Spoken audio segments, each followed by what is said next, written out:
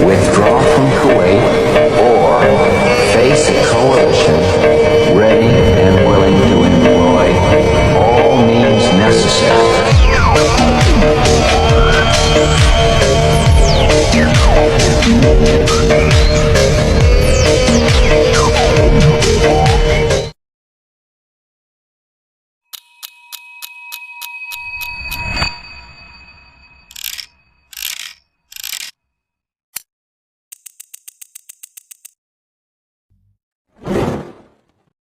Tiga.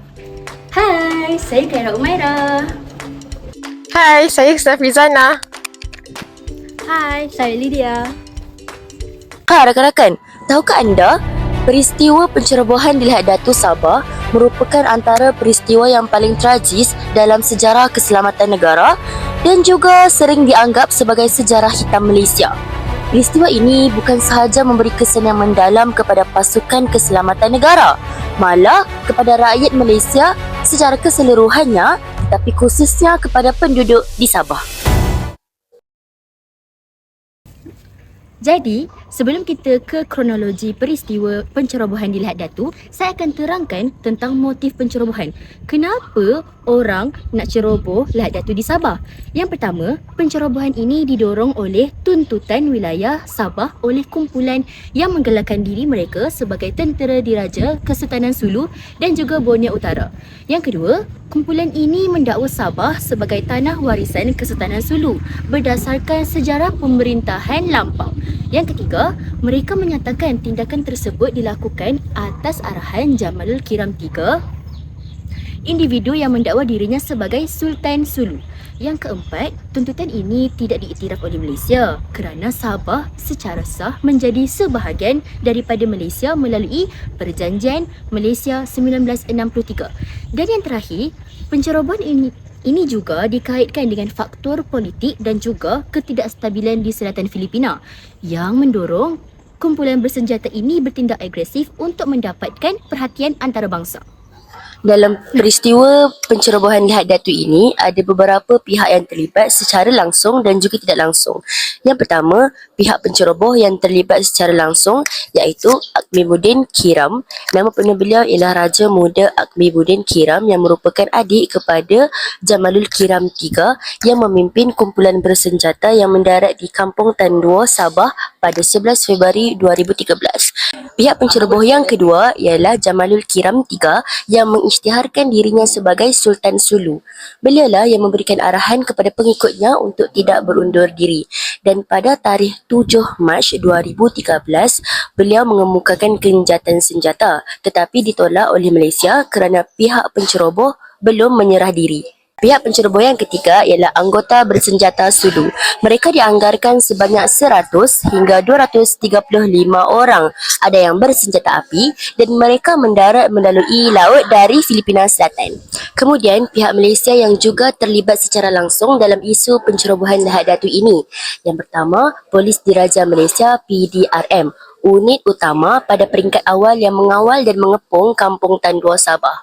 Pada 1 Mac 2013, dua anggota VAT 69 terkorban dalam isu ini. Yang kedua, Angkatan Tentera Malaysia ATM. Mereka terlibat secara langsung dalam operasi Daulat pada 8 Mac 2013. ATM menggunakan kekuatan di darat dan udara untuk menamatkan konflik ini.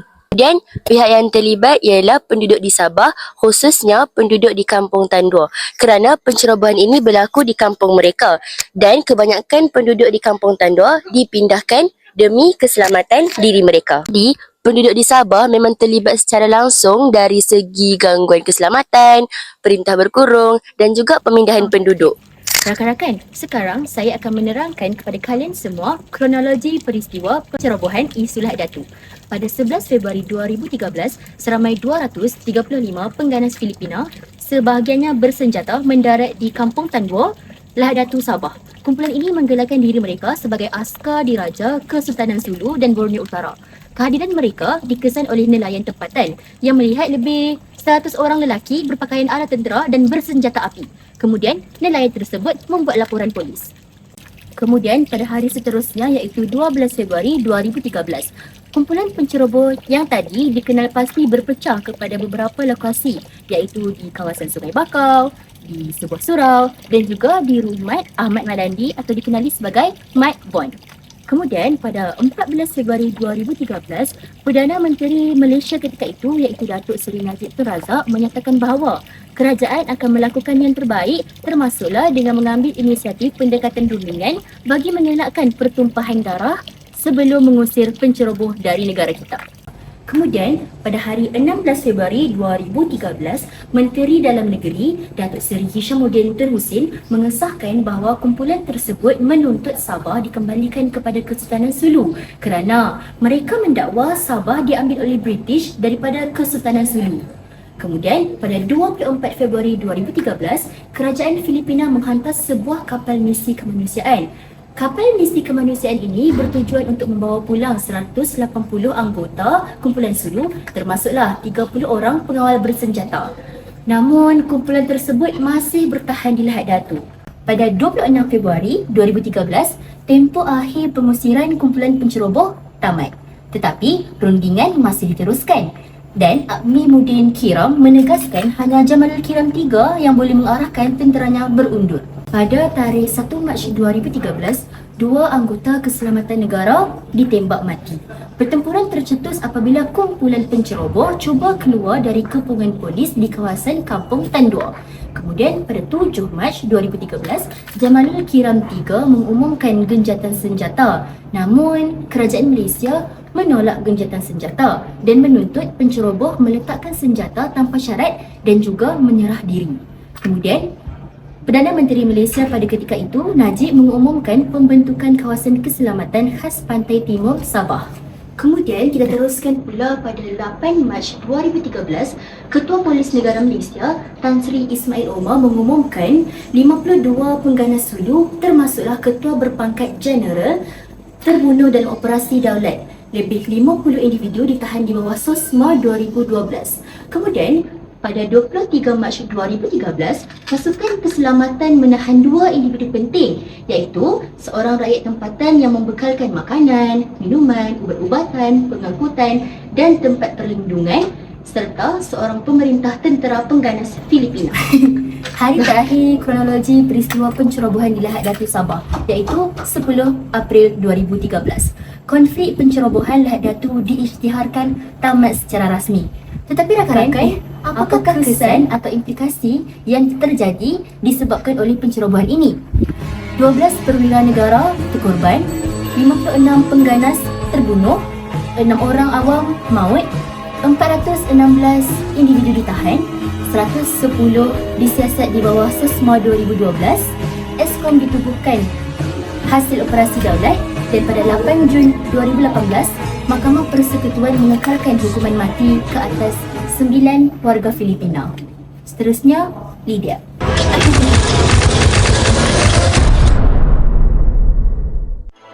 Assalamualaikum dan salam sejahtera. Dua anggota komando polis terbunuh selepas berlaku pertempuran di kubu kumpulan penceroboh bersenjata dari selatan Filipina di Kampung Tanduo, Lahad Datu siang tadi.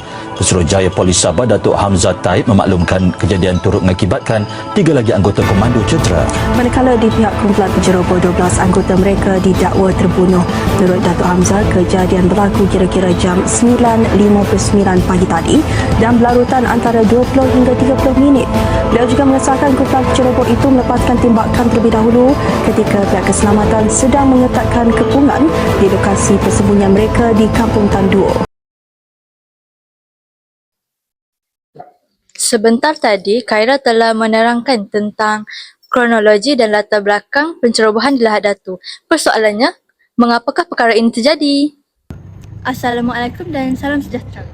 Pada tahun 2013, negara dikejutkan dengan satu insiden pencerobohan bersenjata di Lahad Datu Sabah. Kejadian ini melibatkan sekumpulan individu daripada selatan Filipina yang menceroboh masuk ke perkampungan Tanduo dan mencetuskan ancaman serius terhadap keselamatan serta kedaulatan negara. Insiden ini bukan sahaja memberi kesan besar kepada Sabah, malah menjadi peringatan penting tentang kepentingan mempertahankan kedaulatan wilayah Malaysia. Berikut adalah punca-punca utama yang membawa kepada pencerobohan di Lahad Datu. Punca utama pencerobohan di Lahad Datu adalah tuntutan oleh Kesultanan Sulu terhadap Sabah. Kumpulan penceroboh mendakwa bahawa Sabah merupakan sebahagian daripada wilayah Kesultanan Sulu sejak abad ke-19. Walaupun Sabah telah secara sah menjadi sebahagian daripada Malaysia melalui perjanjian antarabangsa dan pungutan suara, waris Kesultanan Sulu masih tidak menerima hakikat tersebut. Akibat ketidakpuasan hati ini, mereka bertindak menceroboh Lahad Datu sebagai usaha untuk menegaskan semula tuntutan mereka ke atas Sabah. Selain itu, isu bayaran tahunan kepada waris Kesultanan Sulu turut menjadi faktor penyumbang kepada pencerobohan ini. Bayaran tersebut dibuat oleh kerajaan Malaysia berdasarkan perjanjian lama, namun sering disalah tafsir sebagai bayaran sewa Sabah. Sebenarnya, bayaran ini bukanlah pengakuan bahawa Sabah bukan milik Malaysia. Sebaliknya merupakan pampasan mengikut perjanjian sejarah. Namun begitu, isu ini telah dimanipulasi oleh pihak tertentu untuk menguatkan tuntutan mereka dan mempengaruhi penyokong. Punca seterusnya ialah ketidakstabilan politik dan keselamatan di selatan Filipina, khususnya di kawasan Mindanao dan Sulu. Kawasan ini telah lama berdepan dengan konflik bersenjata, masalah kemiskinan dan kelemahan kawalan keselamatan. Keadaan ini membolehkan kewujudan kumpulan bersenjata yang bebas bergerak dan merancang aktiviti pencerobohan ke negara jiran, termasuk Malaysia. Pencerobohan di Lahad Datu juga didorong oleh motif politik. Kumpulan penceroboh dipercayai ingin menarik perhatian masyarakat antarabangsa terhadap isu tuntutan Sabah. Dengan melakukan pencerobohan, mereka berharap isu ini akan dibincangkan di peringkat global dan memberi tekanan kepada kerajaan Malaysia untuk berunding. Namun, tindakan tersebut jelas melanggar undang-undang antarabangsa serta mencabar kedaulatan negara. Sabah mempunyai garis pantai yang panjang dan kawasan perairan yang luas. Keadaan geografi ini menyukarkan kawalan keselamatan secara menyeluruh, terutamanya di kawasan laut terbuka. Kumpulan penceroboh mengambil kesempatan terhadap keadaan ini dengan memasuki Sabah secara senyap menggunakan bot kecil dan mendarat di kawasan terpencil seperti Lahad Datu. Punca terakhir ialah salah anggapan kumpulan penceroboh terhadap reaksi kerajaan Malaysia. Mereka menyangka bahawa kehadiran mereka di Sabah akan memaksa Malaysia untuk berunding mengenai tuntutan tersebut. Sebaliknya, kerajaan Malaysia memandang serius isu kedaulatan negara dan bertindak tegas bagi mempertahankan keselamatan serta kedaulatan Malaysia.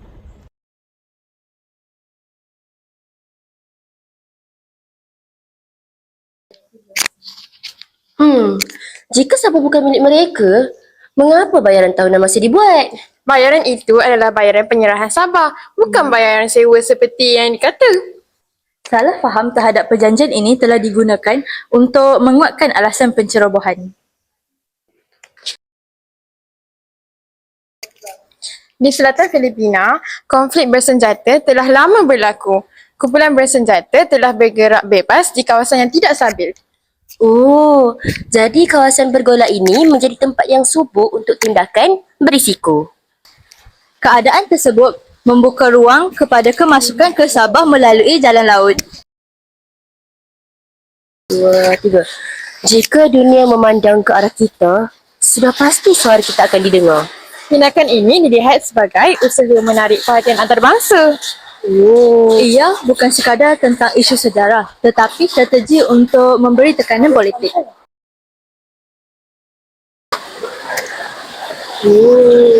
Sabah mempunyai garis pantai yang panjang dan bersepadan dengan perairan terbuka. Kawalan sepenuhnya aman cabar. Faktor ini memudahkan kemasukan menggunakan bot kecil tanpa dikesan awal.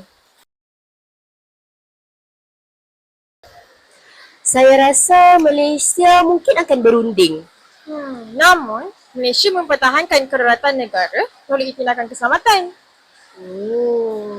Salah anggapan terhadap ketegasan Malaysia turut menyumbang kepada kejadian ini. Pencerobohan Lahad Datu bukan berlaku secara tiba-tiba. Ia adalah hasil gabungan sejarah, salah tafsir, konflik serantau dan strategi politik. Kedaulatan negara bukan perkara yang boleh dikompromi.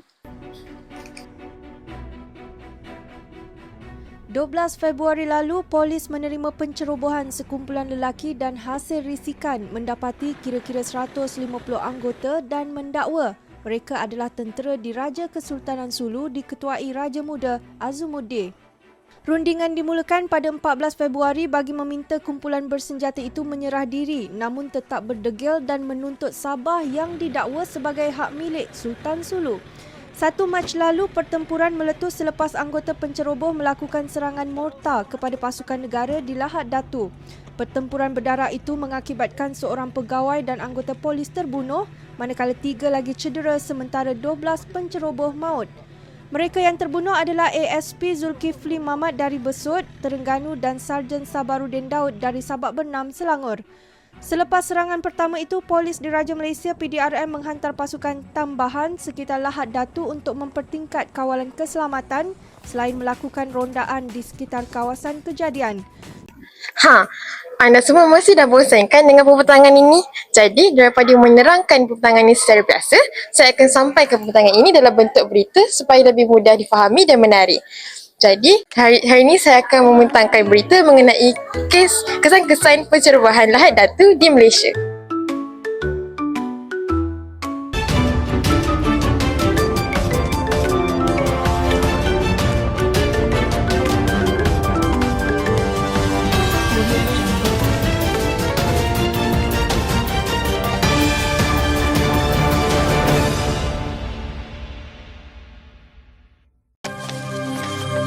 Sebelum itu kita ikuti detik cemas yang dirakam jurukamera kami Yazir Mahmud. Visual eksklusif ini dirakam sejurus pertempuran antara anggota VAT 69 dan kumpulan penceroboh yang mengorbankan 2 orang wiranegara.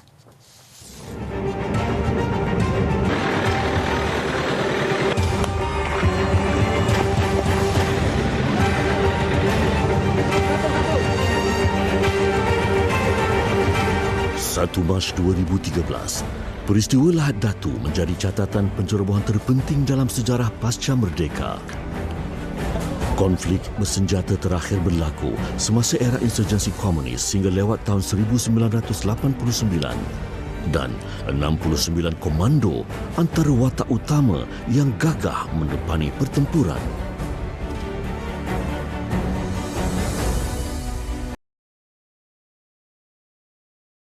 Yang pertama, kesan terhadap keselamatan negara. Laporan mendapati bahawa pencerobohan Lahad Datu telah merendahkan kelemahan kawalan keselamatan di sempadan pantai timur Sabah. Kawasan perairan yang luas menyukarkan pemantauan sepenuhnya oleh pihak berkuasa. Susulan insiden ini, Malaysia telah memperketatkan kawalan keselamatan bagi mengelakkan ancaman bersenjata dari luar negara. Kerajaan juga turut menubuhkan ESKOM serta menguatkuasakan zon keselamatan S-Zone bagi memantau perairan dan kawasan sempadan Sabah dengan lebih berkesan. Seterusnya, saya akan menerangkan mengenai kesan terhadap kedaulatan dan pertahanan Malaysia. Insiden ini mencabar kedaulatan Malaysia apabila kumpulan bersenjata asing menceroboh wilayah negara. Sebagai tindak balas, kerajaan telah melaksanakan operasi daulat bagi mempertahankan kedaulatan negara.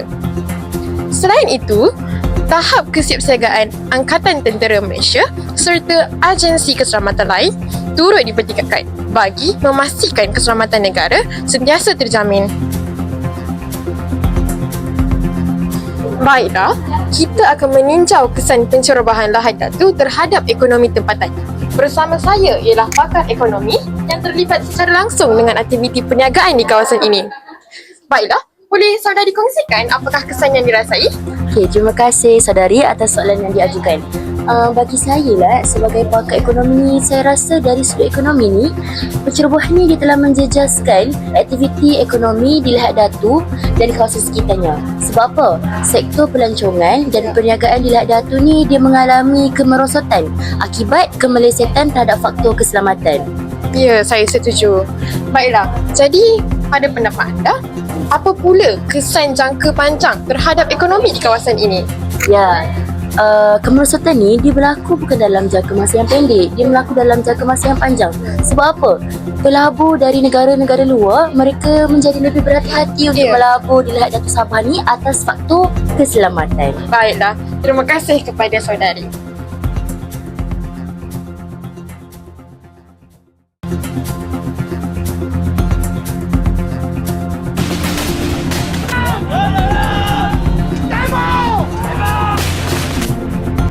Selain itu, kerajaan terpaksa menanggung kos yang tinggi untuk operasi keselamatan dan pemulihan kawasan terjejas. Seterusnya, kembali bersama saya, Wartawan Husna.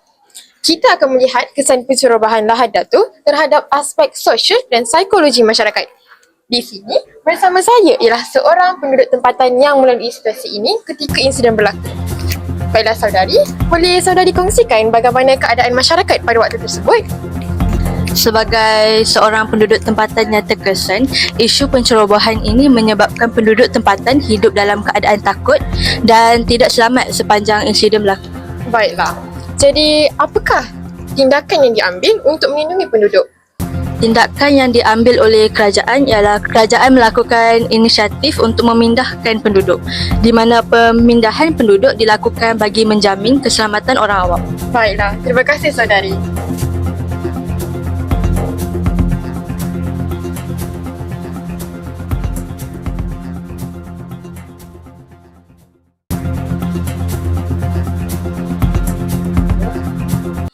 Kemudian, peristiwa ini juga turut memberi kesan terhadap hubungan antarabangsa.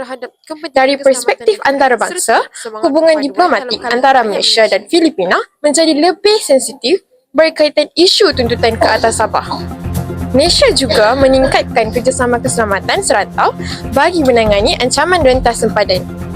Insiden ini turut menarik perhatian masyarakat antarabangsa terhadap keselamatan di rantau Asia Tenggara.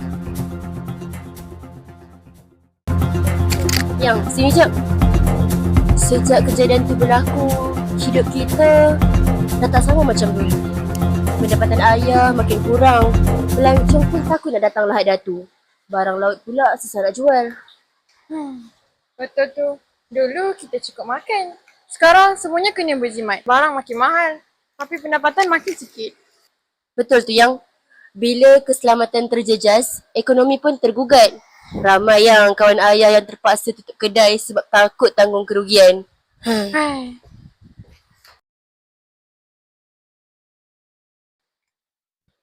Mak, masa kejadian tu, saya takut nak pergi sekolah. Jalan banyak sekatan. Masa pergi sekolah pun banyak orang duk cakap pasal tembakan. Saya takutlah mak. Mak pun tak boleh tidur. Sekali bunyi tembakan, mak mesti terkejut. Mak pun tak rasa selamat di rumah sendiri, nak. Dila, Mek. Akak pun takut sangat sekarang ni. Aktiviti kejiranan kita dah berubah. Semua orang lebih curiga, lebih berhati-hati. Aktiviti kampung pun terhenti. Bilalah kita nak kembali seperti biasa. Betul tu. Baru saya faham. Kalau keamanan hilang, bukan saja duit terjejas, tapi kehidupan kita. Yang, Dila, peristiwa ni sebenarnya ajar kita satu perkara. Keamanan tu mahal nilainya. Tanpa keamanan, ekonomi jatuh. Kami mungkin bukan askar, tapi kami rasa kesannya.